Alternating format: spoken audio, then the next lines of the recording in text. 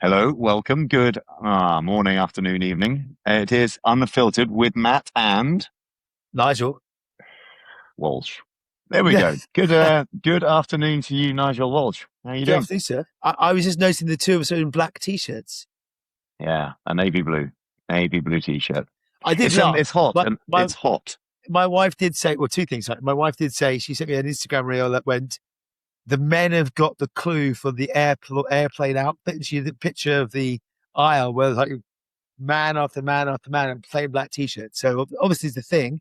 Either that or we're very trendy. Is that what you were wearing on your flight home today? It was not. No, I was actually in a shirt and jacket. So Ah, there you go.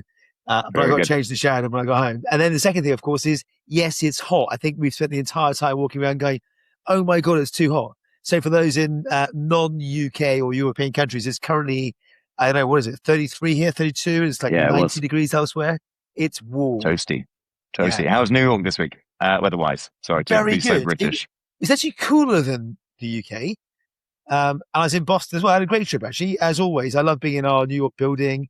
Got some great random photographs of as a client and the Chrysler building they look at. We look out onto the Empire State. And it's just like, it's those That's great. pinch you moments that make you realize why you love the city so much. So It's it's all so very easy. good. Just it's so easy to be. I mean, not blasé with that, but it's part of life, right? Yeah, yeah. And Totally. you're going to these amazing places, amazing views, and I appreciate its work, but it's such a luxury or opportunity to do these I things. love it. I love it. So, but it's just you forget how then you see it every day on movies or whatever else, but then you realize, Mm. crikey, I'm actually walking around the city. But the same is true for London. Like I can't tell you, I'm like a tourist still. I come out of City Thames Link and I look up and there's St. Paul's. And like, my God, this is the wonder of the world. It's amazing. Yeah, I think possibly out of everybody I know and follow on Instagram, you must take a photo of St. Paul's every time you walk past because there's about like 5 or 6 a week. I gotta say, it's a pretty like if you went back through your reel, I think That's it's very mostly true. St. Paul's. I'll send you the reel I later do for New like it. York. I'll send you the reel Okay, later for good. New York. It was Yeah, good fun. good. I don't know why it takes me fun. I know everyone takes the Mickey, obviously selfies and God knows whatever else. But part of my sister says, when I forget everyone and forget everything in years to come, I'll be able to reel through my roll and go, I don't remember any of these. But I was in St. Paul's a lot. And we recently went with our boy, we walked all the way to the top through the staircases. Have you done that? Whispering Gallery. Yeah, and then above. I can't remember It's what it's called. amazing, Maybe isn't it? it's really stunning. It really is. Just it just being able to have that again, the opportunity to do that. Right, it was such a huge part of history, and the Whispering Gallery is I'm great. gonna sound very old now, but they don't make them like they used to. They don't, eh? And that stood the test of time. That one did. Even the fire didn't get Well, it. it's been down and up a few times if I remember the history for years. So Mm. anyway, what's news in the insurance world or the technology world that you're seeing? Anything exciting going on that you come across? Oh, yeah. I mean, it's been lots of the same sort of lots of fundraising, a good few partnerships, Parametrics, AIG, they raised a chunk of money. I think a Series C around planes for the travel industry. There's a bunch of that stuff. I thought what did interest me, and it's a little bit more kind of AI chat than maybe insurance industry chat, was Grok. Got the headlines again a couple of days ago, and I was like, these guys. I thought Elon had kind of almost done with Grok giving away, some of its, I don't know, some of the capacity kind of around it to other players and the rest. But it just launched. I can't remember the name of the model, but it just came out with its latest model, which sorry, highly competitive with a load of Claude's top models. I'm like, wow, okay. So it's one of those kind of like been waiting in the wings, obviously working diligently away in true kind of Musk style, and they come up with something that, as a kind of non-contender in the race, they are back and they are fighting strong in the frontier model But space. I'm okay, like, so interesting. Like so Facebook also or Meta, sorry, also released Muse and a few of their models. That as well as all the weights for them and everything else. Um, how many enterprises have you come across in the last 12 months that are talking about either Meta or Grok? Because I can count them on a that single many, hand. Zero. that many. Yeah. Yes, Like quite true. it's genuinely OpenAI or Microsoft, Gemini or Claude. And Yeah. then of course, then you've got the GLMs and the Kimi K3s and the open models that are out there, open source models that are out there. But Meta and Grok don't normally feature in enterprise conversations. I had an interesting.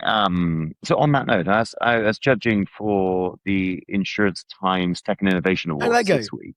Um, yeah, it's great fun. It was never going to be the same as me and Donna, never. But it was great fun. It was a lovely crowd. And you know, this is the preamble, the post-amble, in between the entrance coming online because it's all online now, right? And I think we talked last time. Yeah, we did. It's always more fun in person. Donna posted a lot, tagged you and Donna on it last week, I think it was, and they were like, Yeah, "We've got to find a way to do it together, right?" yeah, but it's an interesting. So there's a solution provider who they've been around in business for 17 years. So they're kind of well and truly established, but they have moved into the agentic era, and they're using a bunch of kind of AI in the way that they're bringing their data to their clients. But what they're talking about is a lot of the work they do is using the frontier models, but quite low level. Um, low level models, right?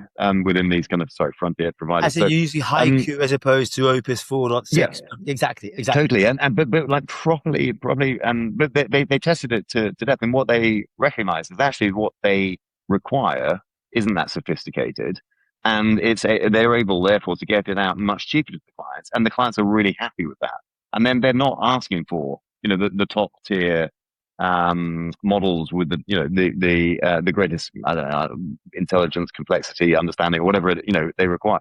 And so it's a really interesting. We at Cerner have been sort of relying on kind of upgrading as these new models come out. But actually, there's a point of maybe we need to rethink that a little bit, right? Maybe I maybe totally actually agree. that I yeah, think we don't need all that. we need to ask the question, what are we optimizing for? Like a Ferrari Sure, gets you from A to B in the same way that a Fiat Panda would do, for example.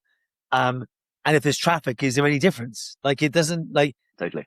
doesn't matter that you do it in 24 hours versus 2 minutes. In some cases, probably not, right? No, 100%. Yeah. Although yesterday I was yeah, so I'm up in the middle of England. We had a family, a family funeral. So I don't mean to take the temperature down, but I was driving in 30 odd degree heat in my mum's car.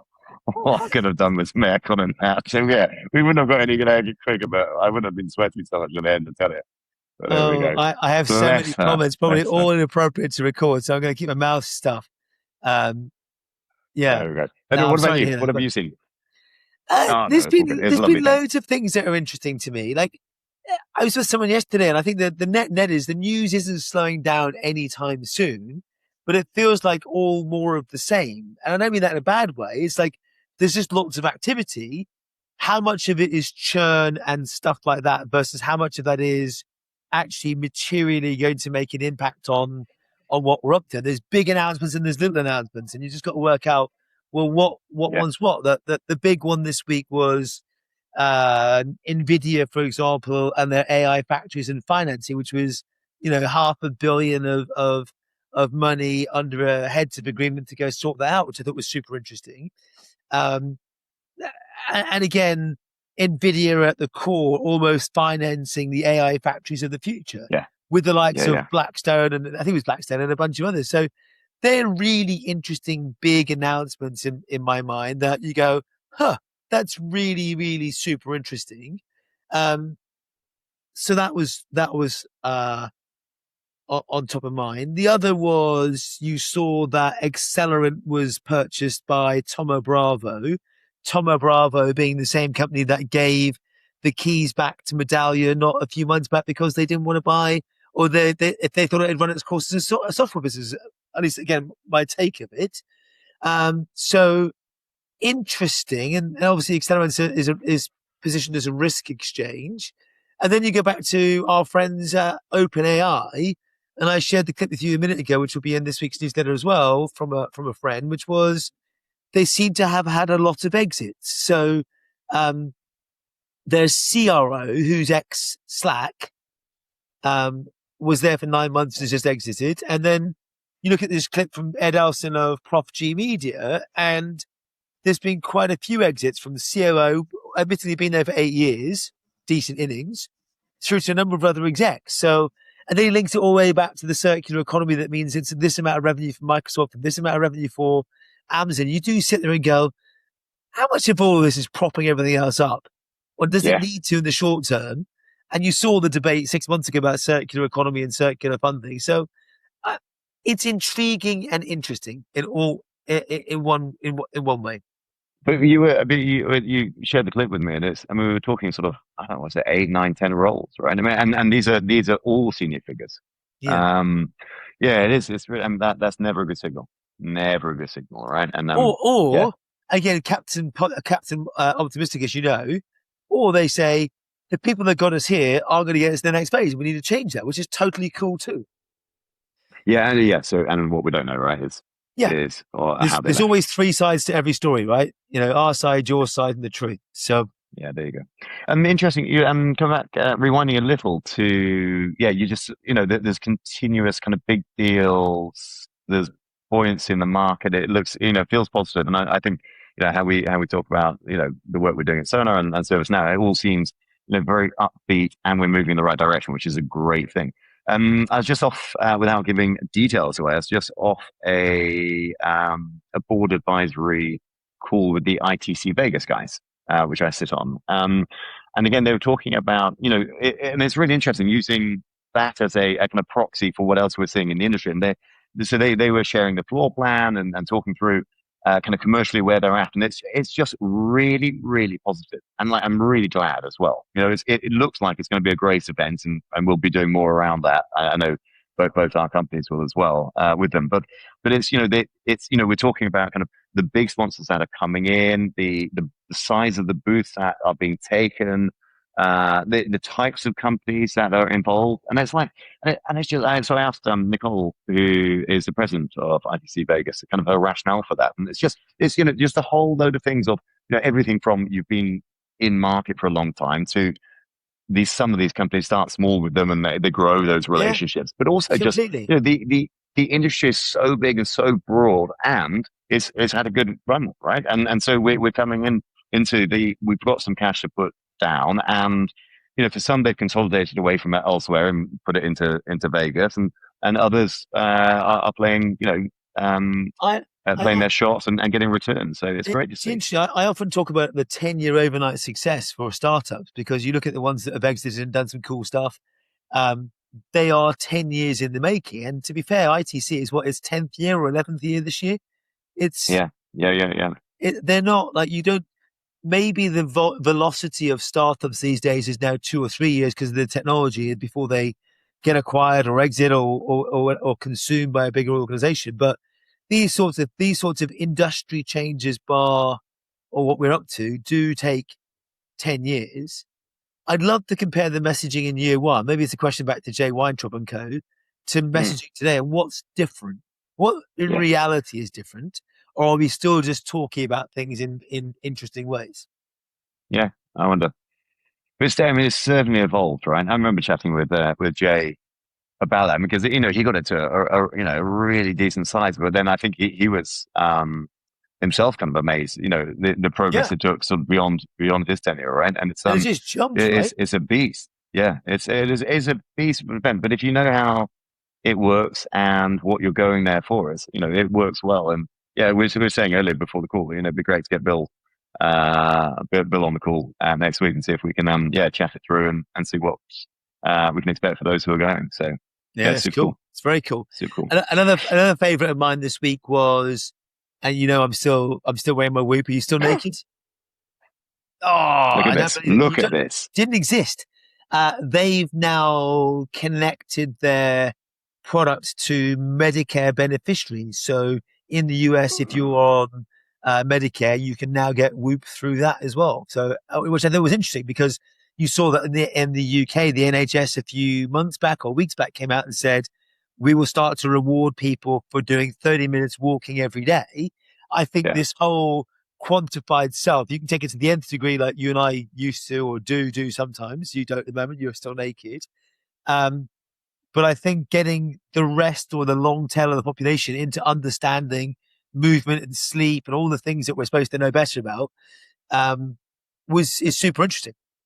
Did you see Harry Stebbings' rant, probably a better word, rant on about the NHS getting people moving No. announcement. Yeah, so he was just, well, I mean, basically he said, let's get people eating better, right? Because that's where the problem is. It's not necessarily the movement. But he was ranting and ranting, which was great. But it also reminded me of another rant of his, which was around, I think he just came out of a meeting with a startup that was looking for funding with him, where the startup was kind of celebrating the fact that one of their policies is giving a work from home August option. And he hates that, Yeah, right? he hates that. Because he's so US in his mentality, right? And then he's much more kind of corgi than than mainland Europe in their kind of their size. So yeah, he was absolutely furious about it. So I was yeah, laughing. I was bless him. listening to one of his podcasts on the plane on the way home. I was laughing that he's saying router, not router. But there So we go. He's I gone. might send He's him a gone. message, go, hey, come on, you've seemed Yeah. to have swallowed the Kool-Aid here. Yeah, it totally has. Yes, but no, I'm quite enjoying my lack of data. But it's interesting how prevalent whoop are. They are everywhere, and I don't know if they got an injection of PE or they're just now putting their They marketing did that, spend and to. they made a load of big hires. Like Nike executives have gone over there.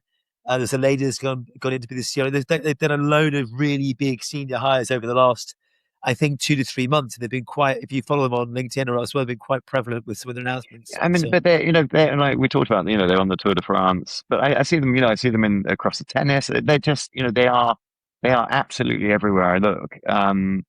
But it's interesting, how mainstream that is, right? As well. So, we're talking about it in terms of kind of sporting world and whatnot. But I've also seen a lot of people who are not terribly active now wearing their, and then So I had this debate with Emma, my other half, and I said to her, she was like, why do you still have it after 75,000 days, and why are you still fatty?" She didn't say that, nearly did. But I said, I think sometimes it's a status symbol to go, I care about my health, and whether mm, you wear a Fitbit or a Whoop or a Garmin or whatever else it might be, it just says I'm interested in doing something, I'm active and I'm moving. yeah. I Yeah, think. yeah, no, maybe that's it, right?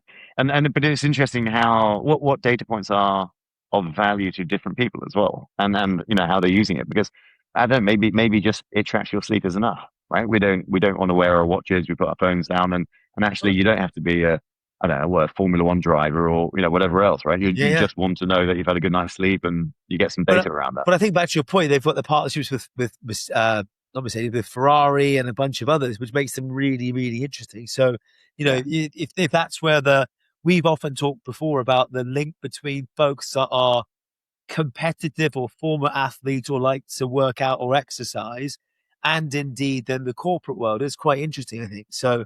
yeah, I think it's a good leading indicator. If I chatted to a friend of mine whose son's done ultra marathons, and they said, should they put that on the CV? I'm like, hell yes. That just says you're committed, probably a little bit OCD, and able to go after long, complicated, hard yeah. tasks. No, Really good. 100% agree. Yeah, and that you can keep focus and yeah, and you Al- sacrifice al- a bunch Although, of stuff, right? although I'm not sure A, I have a CV, or B, High Rocks is on it. Is it on yours, Matt? I don't think I've ever had a CV. Ever. Isn't that terrible? I must have written one at some time. Oscar asked And me I to look at definitely would his put recently, and I'm like, oh my god, where's my last formatted one that I had? And it was probably about 15 years ago. I was like, okay, it's slightly different these days. So that's what yeah, LinkedIn is, isn't it? that's quite fun. Just your CV, that's your Well, I CV. think it is, That's your but CV. but if you're starting from scratch, you gotta have something there. So Yeah. Nah, totally. which is good. Yeah, good stuff. Right. It is the weekend. I've had because of yesterday and today has been a couple of calls, but mostly off. It feels like I've had my weekend. I should be going back to work. It's Saturday tomorrow, isn't it? It is Saturday There we go. tomorrow. What's the plan for the Walsh household We are getting ready for this weekend? vacation as a proper European. I'm heading back to Italy. So Good. yeah, Good for you, we're mate. headed to Italy for a couple of weeks for the summer vacation with some friends. Which will be really good. Looking forward to it. It'll actually be cooler than London. We were all joking earlier, going, Ah, it'll be cooler, and we won't be able to walk around going, it's so hot here. mate, that's So nice. Well, enjoy that. So I'm looking two forward to weeks. starting in Venice because I've never been, would you believe? And moving on down from there. So what about you? Yeah, lovely. Yeah, just weekend up in Rutland. So I think it's the circus tomorrow, which God help me if it's still 33 degrees and I'm sitting in a tent for an afternoon. But grandma thought it'd be a nice thing for my boy, so very sweet. So off to the circus. No animals in this circus. And again, no idea what to expect. I don't think I've ever been to a circus. You must have Um, been to a circus. I don't think I mean, I've had a pretty terrible childhood if I've never been to a circus. No, I don't think I've ever been to a circus. Wow. Yeah, wow, indeed. And then the pub on Sunday Rock and for a roll. Sunday roast has been cancelled apparently because he wants to sit in the pub and have a roast on a Sunday. Not like this, right? Not like this. Well, I not am. like this. So there But we look, go. Barking in the it's garden. mid-August. It's mid-August, and within 2 weeks' time, we'll be hitting September, and we'll be full-on conference season. It'll be ITC. It'll be all the regional shows. We've got loads of ServiceNow World Forums from Toronto, London, Sydney. Like, there's just a boatload going on. Like, and then it gets into, before we know it, we'll be sitting here going, God, it's so cold, and it's Christmas. Well, totally right. And then it's dark and all the rest. No, I love it. I absolutely love it. So yeah, You know what? We've enjoy spoken this. loads about weather today, but we haven't mentioned wildfires one bit. And England That's is true. burning. I haven't. Tell me more. I don't know what is going on in England. Weirdly, I know a lot elsewhere. As in grass fires all Yeah. over the UK, not all over, but in hot spots around the UK, given that we reached, was it 38 degrees for the first time in a very long time. It's our fifth or sixth heat wave. And then you look at the news and you look at flash random extreme floods in Japan. Is that right? I haven't seen that. I don't think I've read the news. How can you be a British citizen and not look at what's going on in the weather? Oh, because it's incredibly depressing, isn't it? Apart from the weather bit. So we've got fires in England as well, have we? That's fires tough. in England. Well, Europe's been burning for weeks, right? I know, and it's just it's so sad to see, and it's having it close to home is awful. So you have to think about it from an insurance perspective and go, in years to come, will we have different types of rescue or capability or early warning or the wildfire models that we developed at Google from the cool stuff Sarah and Josh and the folks at X were building with Bellwether? Is that being more applicable to the UK now, given what we're seeing in Europe as temperatures heat up year after year after year? Yeah. No, but also we're doing so much stuff with our plants around what does prevention look like, right? And that's maybe part of what you're saying as well. It's just like how do we shift from a payout into actually we stop this stuff happening and and we protect our homes, our buildings, our properties, our businesses, and all the rest, right? So I think it's really interesting. And then what role does an insurer have to play in that? And is it are they permissioned to play in that prevention space? I totally believe that they are. And then actually, what does that look like in the future? And then how quick do we get there, right? Because it's definitely heating up. And then we could go for hours. I've been reading about where all the investments going. Funny enough, AI was at 99.5% of the investments going to AI. What about the wildfire models? What about the things that feed all these things that we need afterwards? So I'm really curious and excited to see the next couple of months and see how these things play out. Yeah, me too. Also, going back to OpenAI as well, just seeing what shape, because it's them, as you said, versus Claude versus Gemini at the moment. Are they going to stay a B2C business or will they be a B2B business? Like our CMO, Colin Fleming, left ServiceNow to become their be their CMO. A good friend of mine, Farouk's gone across from Cloudflare to run their cyber business. Like it's good. They'll be just fine, is my honest answer, I'm sure. Yeah. But it's interesting to see the evolution of things that are going on. Yeah, it is. So it is. Exciting times ahead. Very cool. Yeah. Mate, have the most wonderful of holidays. I will speak to you. Of course, I'll speak to you. Enjoy Rutland, sir. Thank you. I will. Rutshire. I want to see a post from you on LinkedIn on Monday. 10 lessons I learned from going to the circus in Rutland. Take a fan. That's number one. Right. Here's to men in black shirts. That's it. Cheers. Have a lovely, Stay well, buddy. lovely trip, mate. Cheers, bud. Bye.